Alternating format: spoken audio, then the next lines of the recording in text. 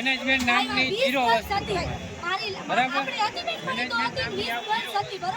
તો એ ખાલી એક નોર્મલ તો લેવાય પગમાં લાગ્યું સાંકળમાં લાગ્યું હવે શું પેટમાં અમે લત મારવા દઈ બોયસ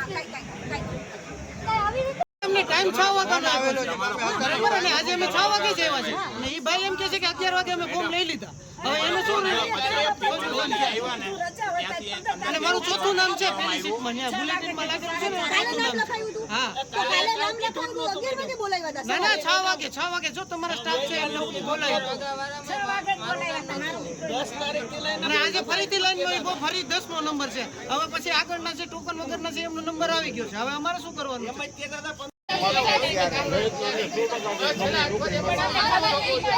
કોઈને મળે તો અમને આશીર્વાદ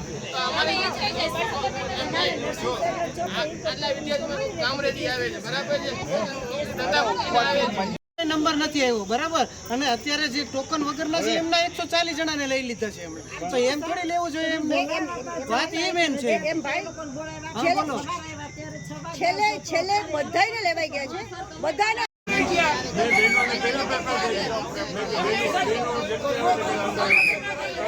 આ બધા હવે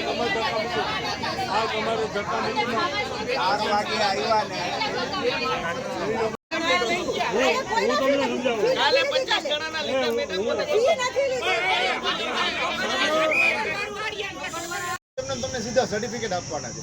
દરેક કોર્સના દરેક રેકોર્ડિંગ થાય છે એના રેકોર્ડિંગનો સમય નોંધવામાં આવે છે અને પછી થાય છે હવે સમય અત્યારે એટલો છે નહીં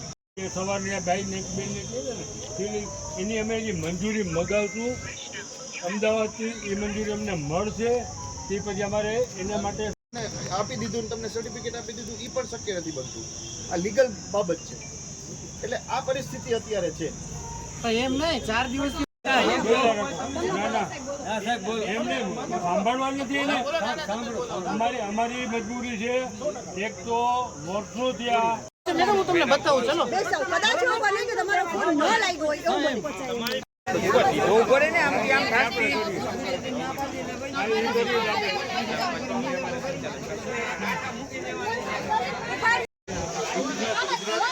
જિલ્લામાં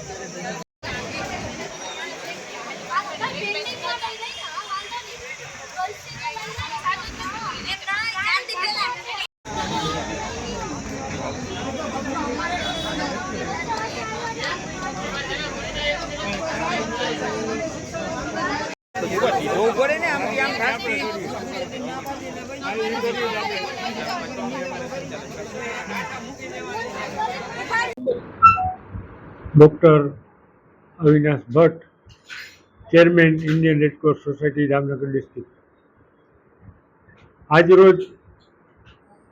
અમારે ત્યાં ફર્સ્ટ એડની ફી માટે અને ફર્સ્ટ એડના સર્ટિફિકેટ માટે સરકારી જાહેરાત મુજબ એકદમ લોકોને જાગૃતિ આવી અને અમારી પાસે આ લેવા માટેનો ફ્લો એકદમ વધી ગયો. હવે રેડક્રોસની મર્યાદા છે કે અમે લિમિટેડ લોકોને ટ્રેનિંગ આપી શકીએ. અમારી પાસે એવી સ્કૂલો કે આ અન્ય વ્યવસ્થા ન હોય ટ્રેનિંગ